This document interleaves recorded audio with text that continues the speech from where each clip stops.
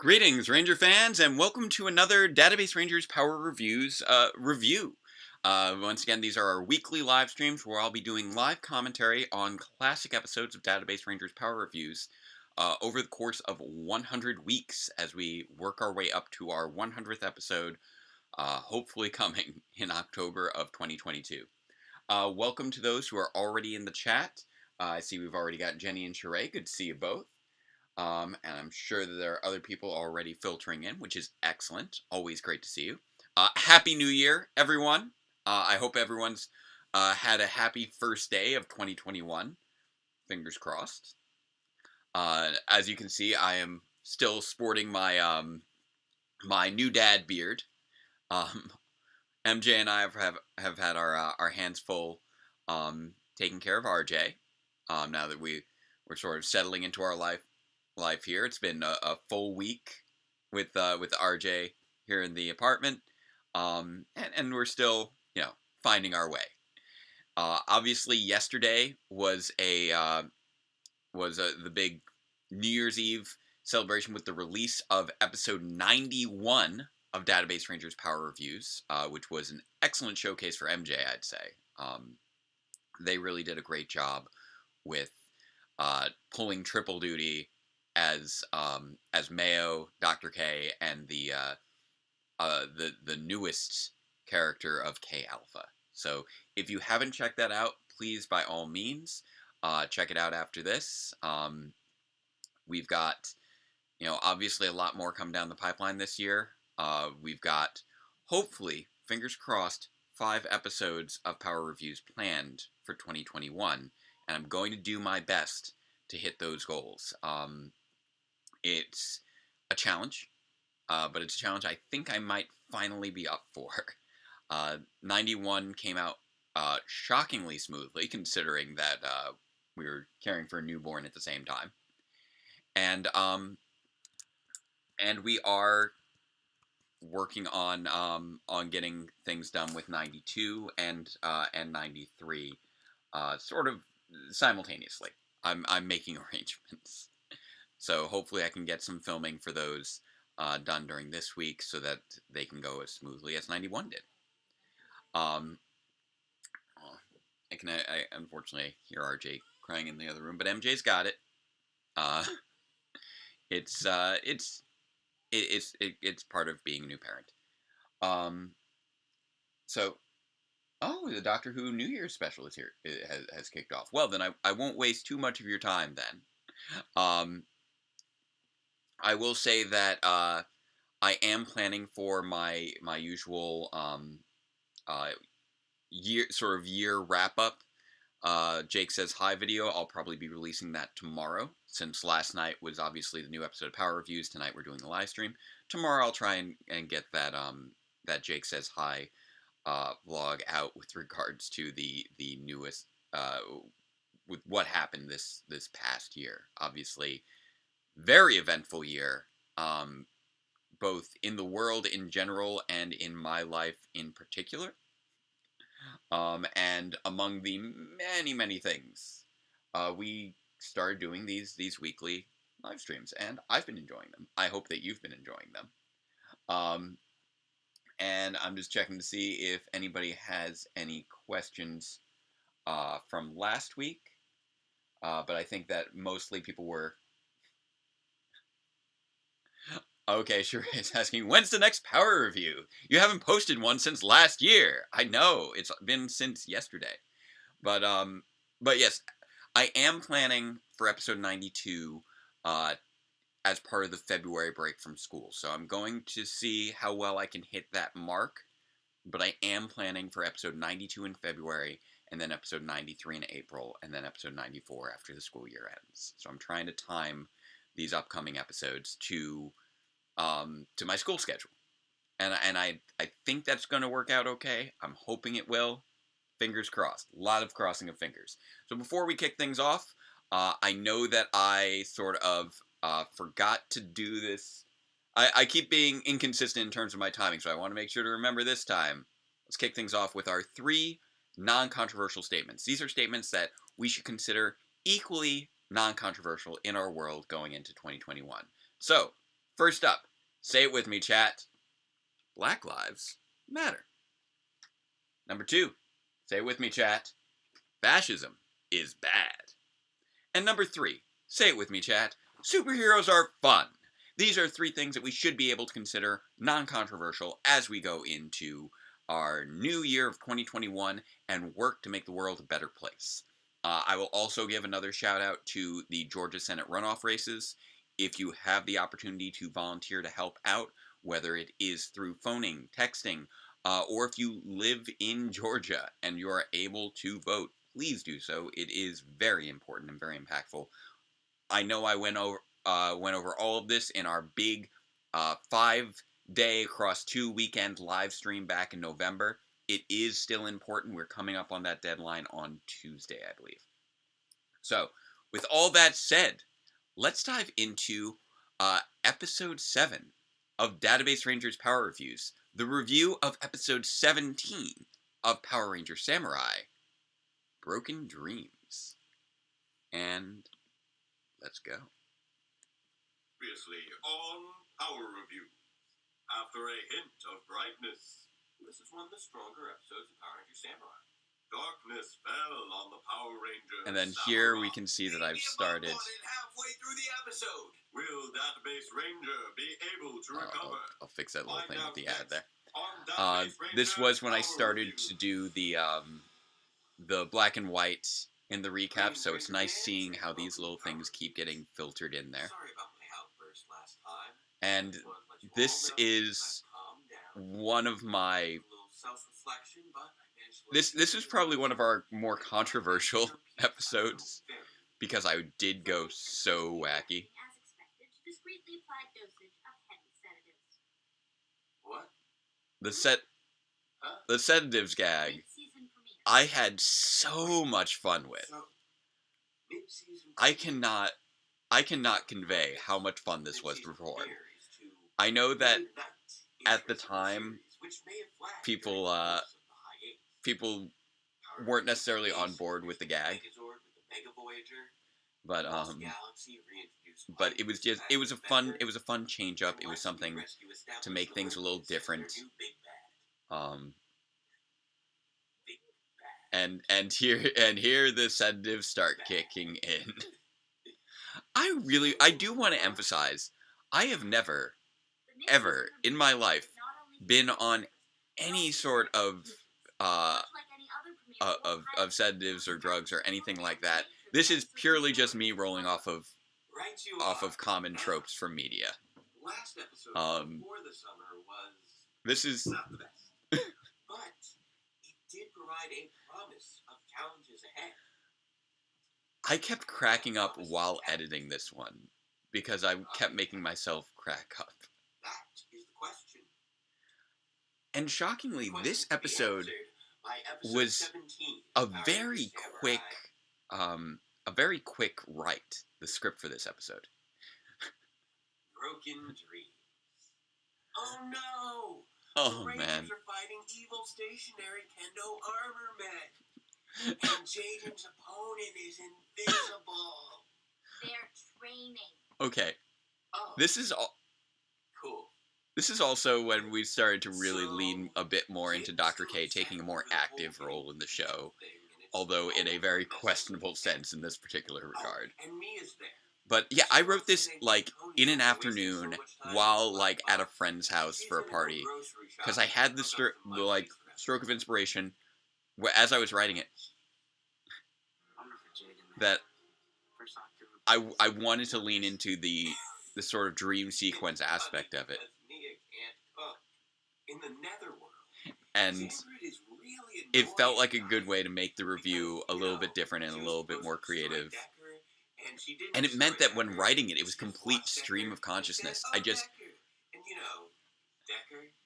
wrote down whatever popped into my head, and it just kept being increasingly wacky.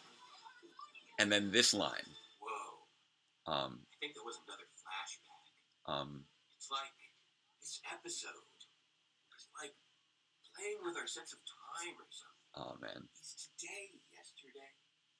So Daiyu runs off. And there's so much foreshadowing in this one. This was one where I, again, much like with Party Monsters, I really did want to lean into the foreshadowing. Wait, what's his name? Also, everybody should always just praise the name Rhinoceros because it's amazing.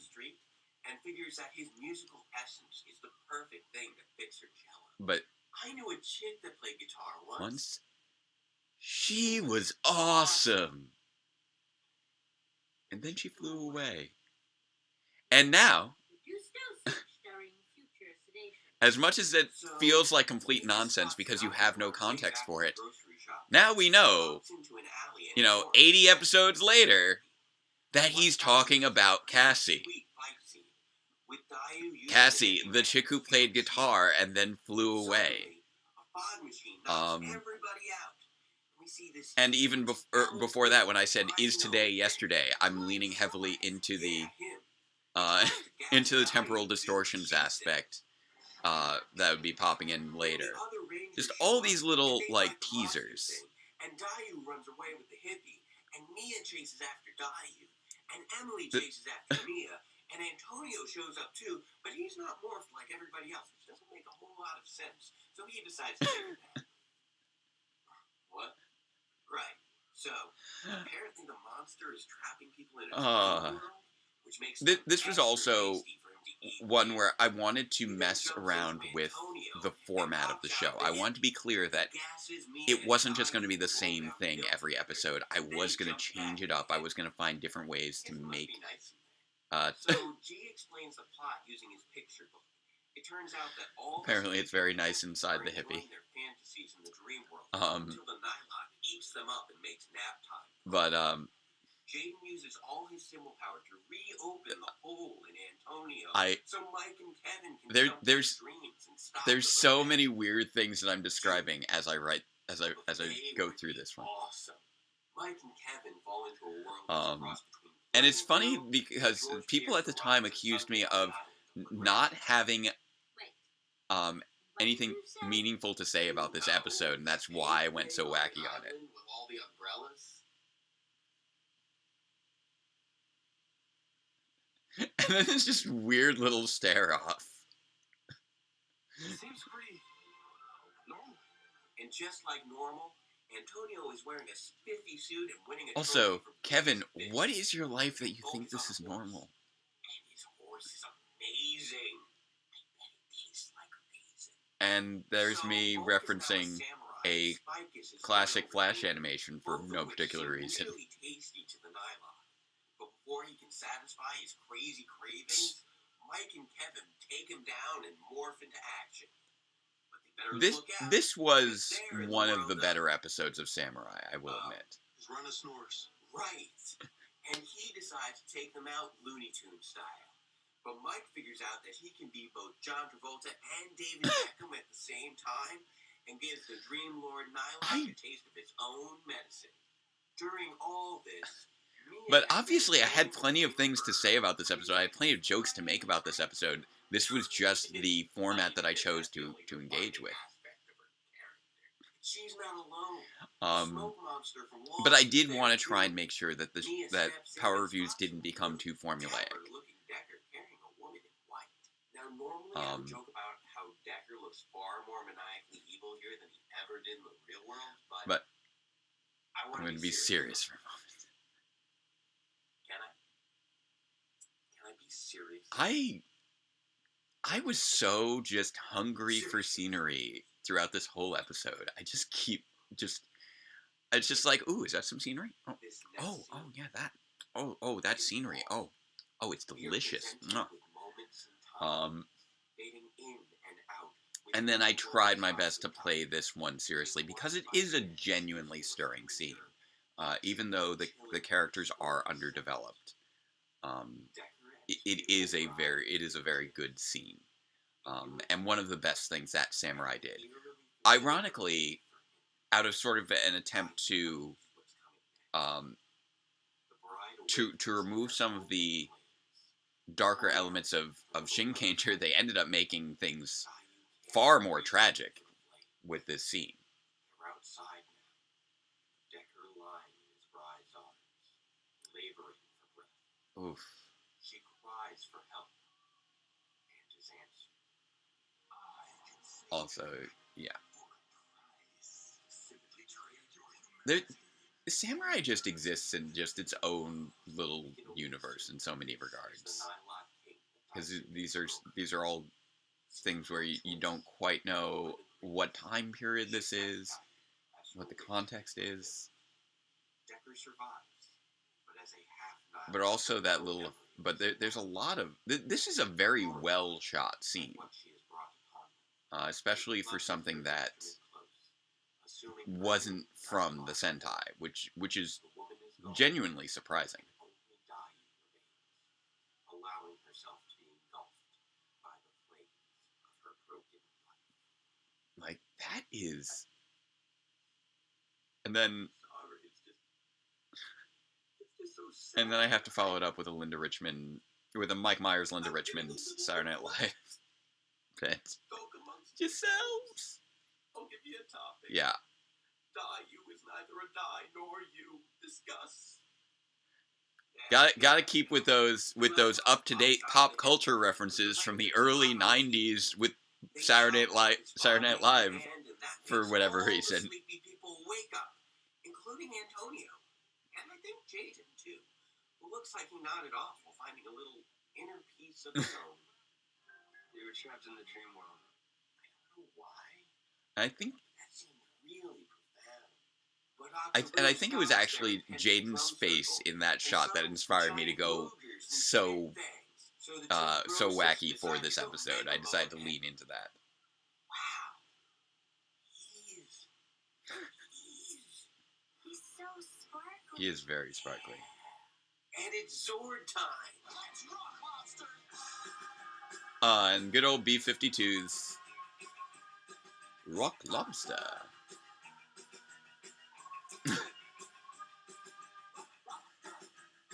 Wow, I really did not care about content IDs back then, did I? So Jaden And there's the one I chose for the thumbnail. And Mike and Kevin force the Nylon to retreat. And Mia and Dayu wake up. And Emily... Emily, I sometimes feel a little bad because She got lost in the woods somehow. because we keep poking fun at Emily. Keep poking fun at Emily as a character because we really liked Kodaha when we watched the first half of Shinkenger, and Emily took her in a different direction that we weren't. Oh no! And dude, here comes Emily. Dude, there goes Emily. Oh, Emily. Antonio and Jaden are really tired. So we did poke fun at the character because we felt we didn't agree with the direction they went on the adaptation. And Dude, it's Decker. And he wants to duel. And that's the end of our episode. So, what did I think of it? Also, This one's pretty cool. we can see that there's so many different elements at this point that I've really started to solidify. This motion in every episode, as we establish later, is my morph motion.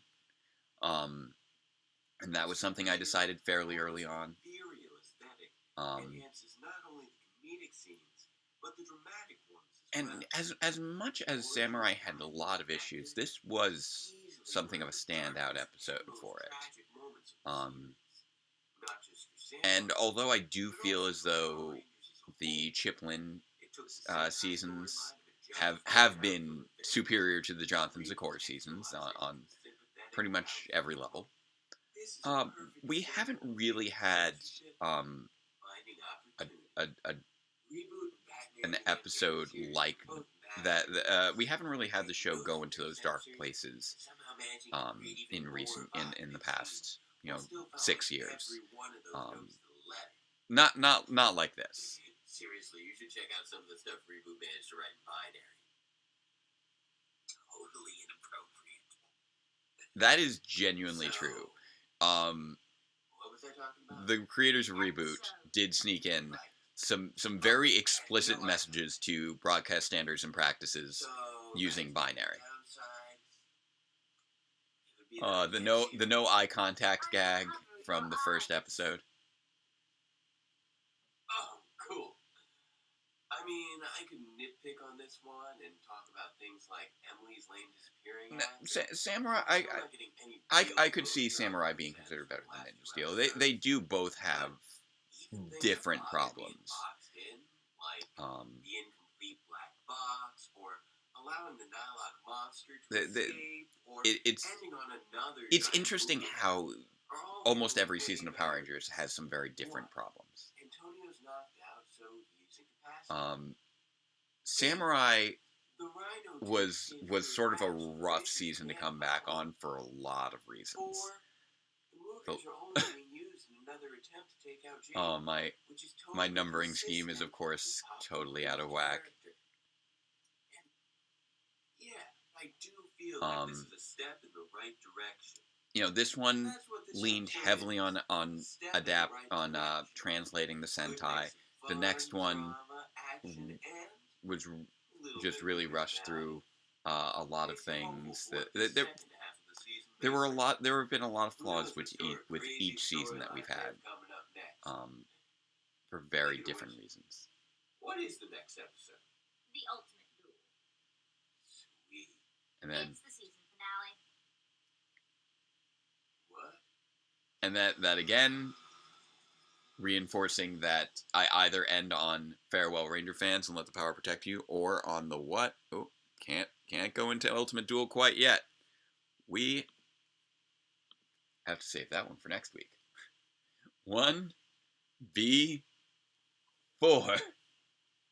Yes.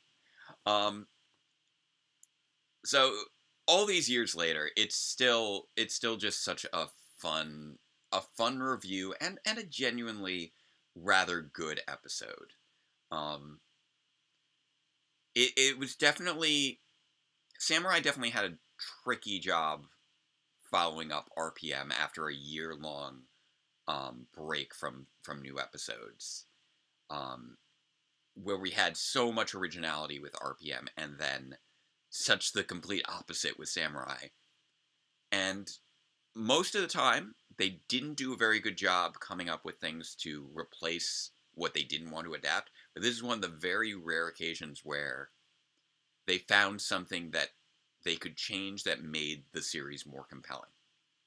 Now, it didn't make everything necessarily work because it made the portrayal of Decker as a villain make far less sense, especially when he gets taken out later in Super Samurai. But it was something that was at very least compelling for the characters. So I one other thing that was very fortunate about this episode, and that was very serendipitous, is, as we'll see next week, we get to see Dr. K take over for the first time, which was not something that was initially planned. Dr. K was always going to sort of be in the background. But shortly after filming this episode, I got sick with a cold. And I could not film and keep my voice throughout all of the next filming. So this setup of me getting knocked out by the sedatives ended up being very lucky for me to be able to hand the episode off to Dr. K in the next one. And obviously, we ended up having the sedatives as great tools for the following summer when we did our first big summer season, where there's the whole race through alphabet soup to rescue Mayo. So those sedatives ended up really coming in handy for the plot later. And this was one of those things where, although this episode really set that up very well, it was something that I had not planned. And I just like, oh wait, I could bring this thing back and that would work. And there's actually a fair amount of that throughout the series where, although I do engage in plenty of bits of foreshadowing where I deliberately set something up like 20 episodes in advance and then pay it off later. Um, in this case, it was something much like with the Wii, where I just had a bit that I found funny, and then it ended up being useful to bring back later. Um, there has been a lot of there was a lot of writing by the seat of my pants in the early episodes of the series, and it took me a while to really have the whole story fleshed out. And there's even little elements that I'm still figuring out now. I just like woke up the other morning and I'm like, oh, this is an exchange that two characters need to have in the finale, and I need to write that scene. So I'm still having moments like that. I'm still having bits like, okay, I've seen Dr. K in Beast Morphers. Now I want to tweak some of the scenes from the finale to better reflect her character development for Beast Morphers. So I do want to try and make that mesh well. And yeah, Sheree is saying if Decker hadn't been played by Cole's actor, he probably would have returned in Super Mega Force. Entirely possible. I don't know. Although he clearly had a good rapport with the production team, and or a good enough rapport that he was brought back.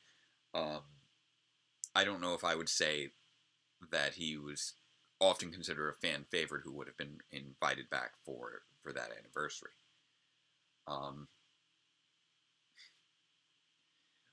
I will admit, the zero, counting it off at year 0 wasn't necessarily a foreshadowing of DB as a synth-organic biomechanoid / robot.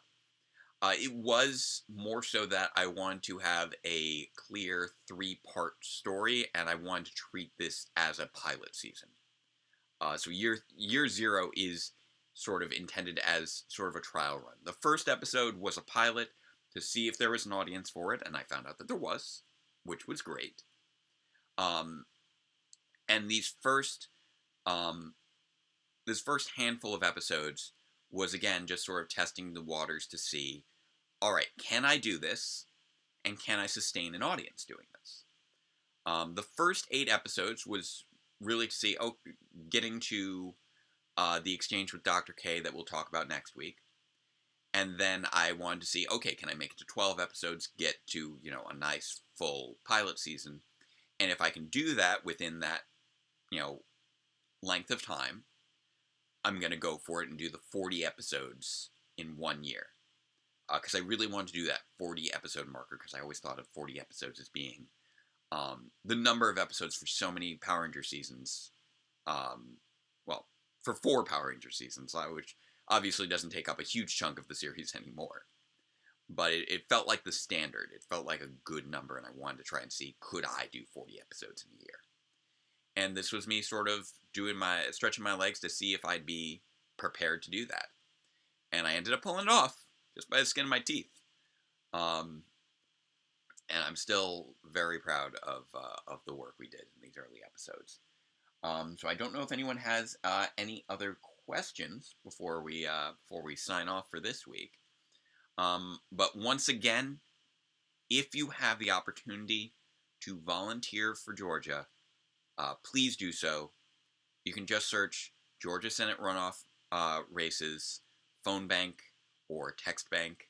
I believe Together for 2020, all one word, is a good website for connecting you to events, so that you can help get that vote out. I am gonna. This is the last weekend to bring it up, so I am gonna harp on it at least a little bit, because I'll put it this way: I wouldn't have spent 5 days going through almost 140 episodes of Power Rangers, drawing attention to it if it wasn't important. So I am gonna keep harping on that as best I can. And I look forward to seeing you all next week. And let's close out with, again, 3 more. equally non-controversial phrases. So let's kick those off. Number 1, say it with me, chat. Love is love. Number 2, say it with me, chat. Trans rights are human rights. And number 3, say it with me, chat. Robots are cool. They're so big. We're so tiny.